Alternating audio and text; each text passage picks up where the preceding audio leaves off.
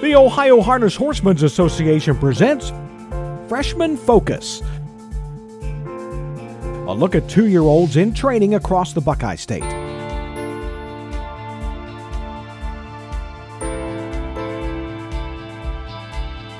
Freshman Focus is presented by El Dorado Scioto Downs, now racing Tuesday through Saturday, post time 5:45.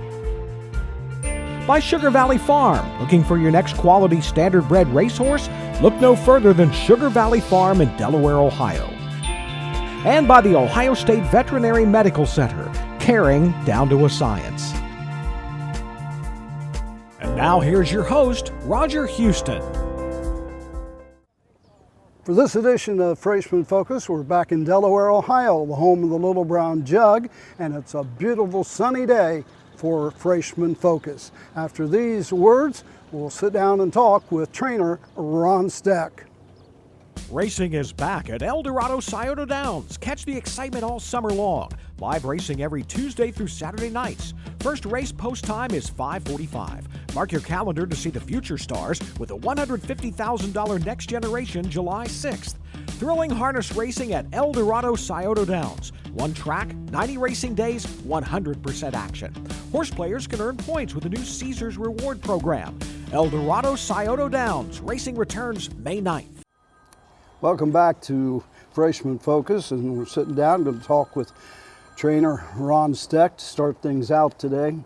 Ron, you've got 8 2-year-olds, all Ohio breds, but a very strong mixture of various stallions. Yeah, we do. We mixed it up a little bit this year, just to try to get a little bit of everything. See how it goes from there. Fillies or colts?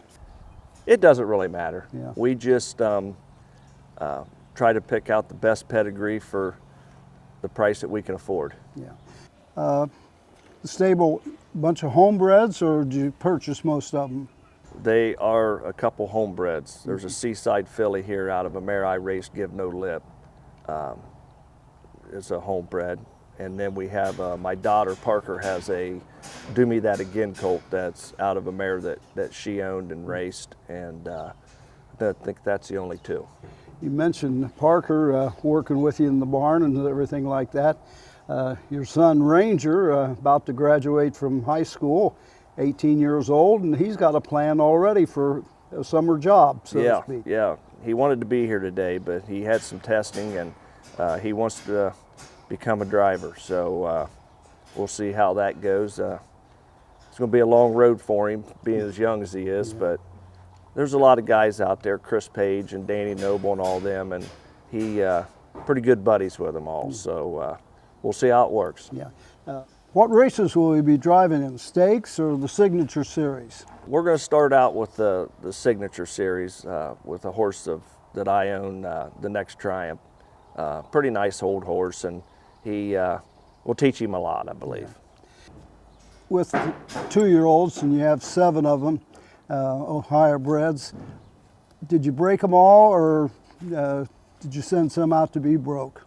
We sent a few this year. We did a few this year, but I didn't have as many. Yeah. So that was the biggest thing why we usually send them out is, help situations and things like that can be a little touch and go when you got young horses, and but we did do a few this year and it worked out fine. Yeah. Now the ones that you broke, any of them give you fits? Well, or do they all give you fits? Well, the ones we did here was pretty good, but I did have one that was that I did send off that was pretty tough. One of the lather up, the colt, and he ended up being a Ridgeling, and so we got that taken care of, and then he come around pretty quick after that. Do you still have that fractional ownership? We still have some of that. Basically, a lot of it this year was 3-year-olds. We had a lot of 3-year-olds that we raced last year, and there was a few people that bought in with a little bit of the 2-year-olds, but not as many this year as normal. Once their 3-year-old season's over, do you sell them or do you keep them as racehorses? We keep some of them. Just depend if they can go to the next level. Most of the time we sell and regroup and get some new ones. What's the process in getting the stable put together? You go to the sales or you work with your owners? We always work together. Yeah. You know, we look at them and study the books, and then we get together and then we decide which ones and how much and what we're going to do and all that. The breeding program and the racing program here in the Buckeye State is unmatched. Oh, it's crazy. I mean, it's the greatest in the world. You know, it's the greatest ever. You know, for us and all over. I mean, but it's changed the game a little bit. I mean, you know, you have to have something that can go, or you're not going to be competitive. Thank you, Ron, and appreciate sitting down and talking to us for a few minutes. But right now, we're going to take a look at his Ohio breds in their stalls and get some comments about each and every one of them after these important messages.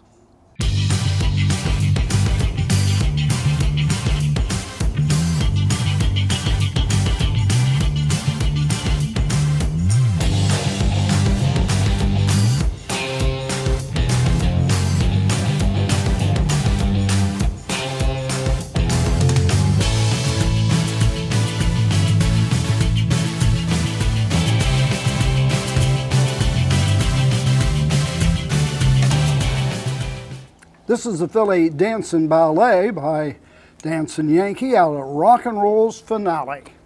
We bought this filly in Lexington. I believe we give around $20,000 for her, and we loved her, and so far so good. Very good gaited, big filly.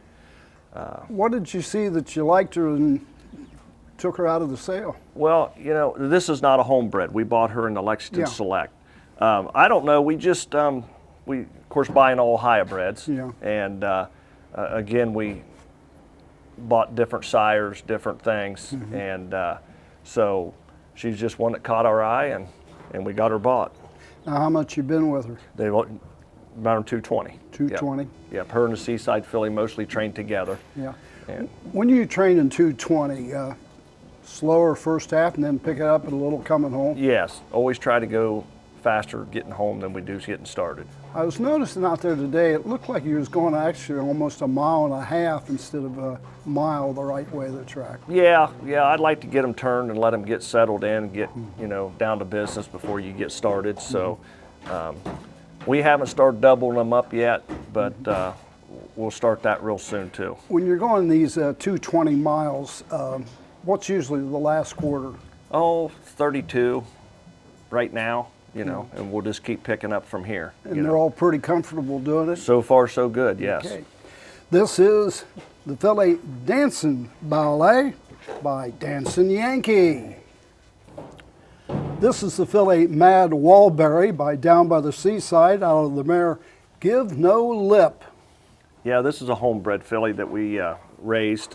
The mother was an extremely fast filly and wasn't very big. This filly is huge. And we really like her a lot. Any similarities to her mother?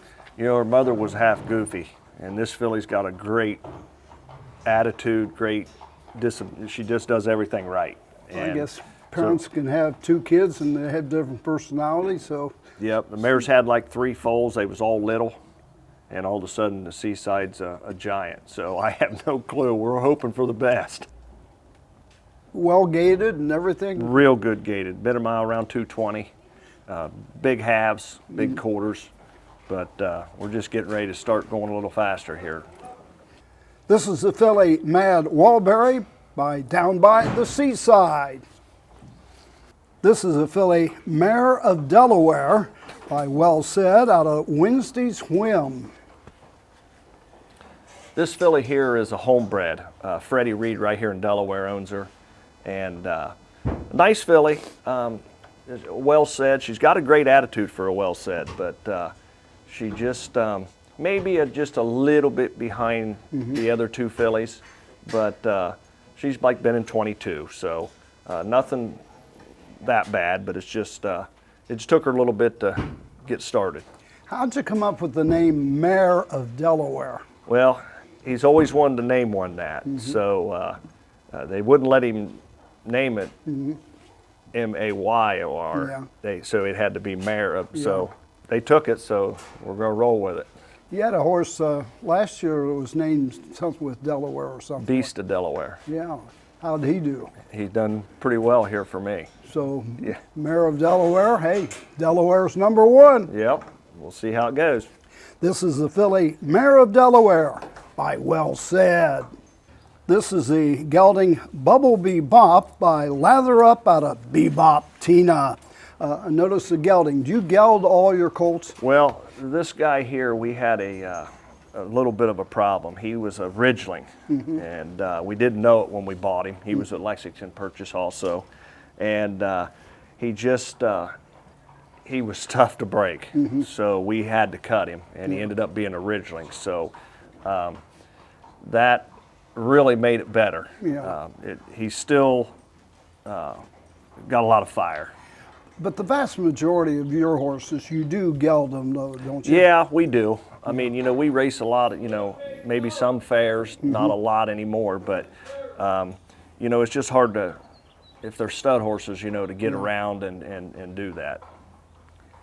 Seems like, well, I know they race geldings probably a lot longer than you do a lot of stud in the business, but you may have one that you'll carry over into the 4-year-olds. Exactly, yep. If they're good enough, you know, we've kept a few of those around, and but like I say, he's come a long ways, but he's still got a ways to come. This is the gelding Bumblebee Bop by Lather Up. This is a gelding Well Colored by Well Said out of Color My World. This is a Well Said, like you said, Well Said colt that me and my wife bought, kind of a family horse. We bought him at the Springfield sale, and great gaited. I like him a lot, but he's an awful lazy colt, and but someday maybe the light will turn on and be all right. Is this the one that you was training out there this morning? You just constantly tapping at him. Yeah, he's just lazy, Yeah. and you know he's actually gotten a lot better about it, but he just he's got plenty of talent. It's just we'll just have to wait and see if he decides he wants to be a racehorse or if he don't. Well, I noticed that when you was jogging him the wrong way of the track, you was tapping at him, and even in the mile when you turned him, you continued to tap at him. And Yeah, he's kind of too talented to tell you the truth. He goofs off all the time. You know, he doesn't do anything wrong, you know, pacing wise or anything like that. But he's definitely got to get a little better to make a good horse. You think he'll change though once you get to the races? You know, I've had them. You know, in the years past, that some of them like this end up being your best colt. Yeah. You know, but it's all up to him. Is this a gelding that takes care of himself? Yes, he does. He does sleep a lot, and he just, you know, but he's just ornery. Yeah, this is a gelding Well Colored by Well Said. Lit. This is a gelding Journey's Sharp Edge by Do Me That Again out of Riding Out a Storm. That's my daughter's mare. So she owns this colt all by herself. So she had a colt last year, a brother to him, that was knee sore. We didn't get to start him only a couple times.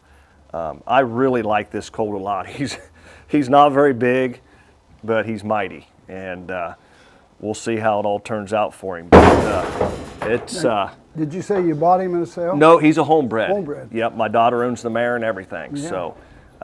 So we'll see, but he can go pretty good for no bigger than he is. Yeah, he seems it's about the smallest one you got in the barn. Yep, he is, but wears a long hobble and loves to do his work.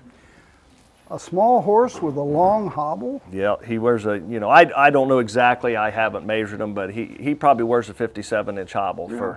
For a small horse, that's pretty good. Yeah. This is the gelding Journey's Sharp Edge out by Do Me That Again. This is a gelding Already Won by Fear the Dragon out of Onaryatak Rocket. Yeah, we bought this colt at select sale. I had three brothers to this horse, and they was all colts. And she had a couple fillies that was just okay, but the colts that I had was really nice horses. I think the one's got a mark of 50, and so this was the next colt out of that mare. So we bought him, and Lee Davenport owns part of him with me, and he's another one that's one of my better colts. Is he like his mama? Yes, he seems to be. He has plenty of go, and you know, sometimes the Fear of the Dragons are a little tough, but this guy's done everything right all along, and goes right down the racetrack, and I like him a lot. Will you qualify all yours right here at Delaware? You know, I have in the past. Now last year I went to Scioto with some, just because I actually was talking to Virgil and about that situation, and it seemed like when I qualified here twice, and then when I'd go to the track the very first time would either be a sire stake or a Buckeye or whatever, even a non-winners of one or whatever, they just seemed to be lost. And so, you know, first time shipping, first time track, and so last year I went to Scioto and qualified, and it worked out okay, you know, but we'll see how it goes. Maybe one qualifier here and then go to Scioto for the second one, or, you know, we'll see. Maybe when they get to Scioto, they know, hey, the fun and games are over. Yeah, exactly. So, but it's okay. I like this guy a lot. Do you turn your 2-year-olds out occasionally? You know, this year I did not. In the years past I did. We had such a good winter, and so we could kind of do that here. We have paddocks that we turn out in here. But this year I did not do that. Looks like he's about ready to fall asleep. Yeah, he had a hard day of work today. How much did you go today with him? We went in 22. 22. Yeah. This is the gelding already won by Fear the Dragon. Well, that wraps up our session with Ron Steck. We'd like to thank Ron and his second trainers and all the caretakers for doing a good job with us today. And we're going to move on down to talk with trainer Jessica McCown after this important message. At Ohio State's Galbraith Equine Center, our veterinary champions are here for your champions 24/7, 365 days a year. Our expert team of boarded surgeons, sports medicine and rehabilitation specialists, together with veterinary cardiologists, internal medicine and ophthalmologists, make our hospital your best resource for all sport horse performance issues. The Ohio State Veterinary Medical Center's Galbraith Equine Hospital. Call us today at 614-292-6661. Welcome back to Freshman Focus. We've made our way to the other end of the fairgrounds here, and we're going to talk with Jessica and Cam McCown about their Ohio-bred 2-year-olds. But before we get started, I want to talk to Cam McCown. Excuse me, Jess. He used to be a rodeo rider. Now you're in harness racing. Yeah, when I was younger, I did a little riding. Yep. Bulls or horses? It was bulls. Yeah. Bulls. Now, Jess, how did you get hooked up with Cam McCown? I was actually set up on a blind date with my friend I grew up with at the Upper Sandusky Fairgrounds. Liz Lewis House was dating his cousin at the time, and she kind of hooked us up. And of course, now you've had a harness racing background all your life, really. Yes. Yep. And did Cam immediately change to harness racing once he met you? I think he had a little experience with it through some family, but yeah, once we kind of started dating, I think about a year into it, actually, he owned a horse with my mom, and kind of went from there. Now, here's a married couple. They're at the barn all morning working, go home, you go to the racetrack at night. When you're sitting down and having dinner, is there any other subjects besides harness racing? Our kids are growing up, they're in sports. Other than that, our families, that's pretty much it.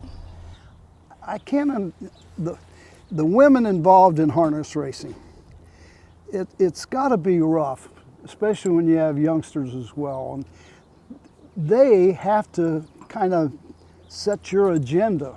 You can't shuffle them off any. Right, absolutely. It's tough. They're getting older, it's a little easier, but I also grew up kind of the same way, so I kind of understand, but you also have to make sacrifices, and thankfully we live right here with our families. our friends, families, we have a lot of help, and we're very lucky. You youngsters like harness racing? Oh yeah, our boy Chase, he's all about it. You'll see him running around in actually his grandma's colors with the helmet and the whip, and How old's he? he'll be 8 next month. He'll be jogging horses for long. He's about there. He's jogged trained. and He's Yeah. trained with Dad a couple times. Yeah. Yep. So he's probably going to be in harness racing as well. He might. I'm not sure. I He hope. might be an announcer. He does do that. He loves to announce. Have him see me. I've worked with a lot of youngsters, and if they get started, but you know, Tyler Smith, he was going to be an announcer at first, and then he met John Campbell, and he said, "The heck with the announcing, I'm going to be a driver." How many horses you guys got, Cam? We got about 26. 26. We got 17 in this barn, and we got another barn that has 8 in it. That's about 26, isn't it? 25, 25, 26. 26. And just the 4 2-year-olds. Is this your first venture, so to speak, with 2-year-olds? Have you had them in the past, or what? We've had them in the past. Just 1 or 2 One mainly. or 2. We've had some pretty lucky, you know, we've gotten lucky with people, you know, helping us out, like the Wingfield brothers. They bought us our first couple years of yearlings. Are the ones you got this year homebreds, or did you go to the sales and pick them up? The one I bought from the sale this year, that's the trotting colt. I think we gave like 25 for him. And there's other two are homebreds, and the other one a guy bought off the internet from Midland Acres. Are you confident, or do you feel good about buying them off the internet? It just depends on who you buy them off of. I mean, it's hard to buy them straight off the internet. Yeah. Now, did you break the 2-year-olds yourself? Yes, I did. Yeah. Do you like breaking them, or? When you have help, Yeah. you know, if you don't have much help, it's kind of a pain in the butt. But when you have people to help you, it's not bad. How much you been with your 2-year-olds now? My trotting colt, I train him in 20. The other ones, I've been around 25 with them. And of course, it makes it a long day when you have to race at Miami Valley, Scioto, or Hollywood, Dayton. Dayton and Miami Valley, it does make it a long day, but I can't wait till Scioto because it's just right down the road. You're right there. Jess, do you go to the races at night as well, or do you stay at home with the kids? A couple times a week, just depends. I try not to send my people too many nights in a row, so we'll switch off. But I'm there probably 2 or 3 times a week. Yeah. The business of harness racing anymore is getting tougher and tougher. You've got a number of employees that work for you and stuff. Is it hard to find good help? I think about everyone else is about the same boat. It is hard. It's just hard to get to sell people a job like this where it's technically 7 days a week. The hours vary. Some days you work 4 or 5 hours. Some days you're here quite a bit and then go race at night. It's hard to sell, but yeah, I think we do good with the people that we have. They're great. They show up every day. Just getting people here to start with is half the struggle. You want those ones that will show up every day. Exactly, right. When you train your 2-year-olds, Cam, you usually train them with one of the others, or how do you handle that? Well, we kind of, since we only have 4, we kind of have a horse that, he's kind of our, like, We call him our babysitter. Our babysitter, pretty much. He trains, Yeah. you know, he cuts all the miles for him, and he's a racehorse. You know, he's just a cheap claimer, but now sometimes I do, you know, train, like the first trip I'll go just the babies and go out there and put them on the front to have the experience of going on the front. Now, I noticed Brian Brown today was going double headers with a lot of horses. Have you got to that stage yet? Well, I go 2 trips. Double headers. I do double headers with my older 3-year-olds, but 2-year-olds I don't know, I only got 4, so. Have you had any problems with those 2-year-olds this year? I had one over there. I was kind of late because the winter this year is terrible. The track wasn't very good up here. I mean, it was cold, wet. The surface just wasn't very good. So I left. I usually get them gelded, but I left them studs. They was doing everything right on the track. Everything's good. So I went ahead and left them stud. I did have that little colt over there. Had his testicles was turned around backwards, and it was making him pace a little funny behind. But I got them removed, and he's a lot better now. Well, we're going to make our way into the barn now and take a look at the 4 Ohio-bred 2-year-olds in the McCown stable after this message. Racing is back at El Dorado Scioto Downs. Catch the excitement all summer long. Live racing every Tuesday through Saturday nights. First race post time is 5:45. Mark your calendar to see the future stars with the $150,000 Next Generation July 6th. Thrilling harness racing at El Dorado Scioto Downs. One track, 90 racing days, 100% action. Horse players can earn points with the new Caesars Reward Program. El Dorado Scioto Downs. Racing returns May 9th. This is the colt Good Envy by What the Hill out of Barn Diva. This colt, since day one, he's just been very professional. Never gave us any trouble. Stays right trotting. Just goes about his job, likes it.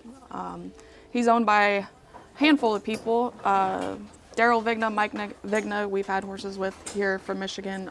They're great guys.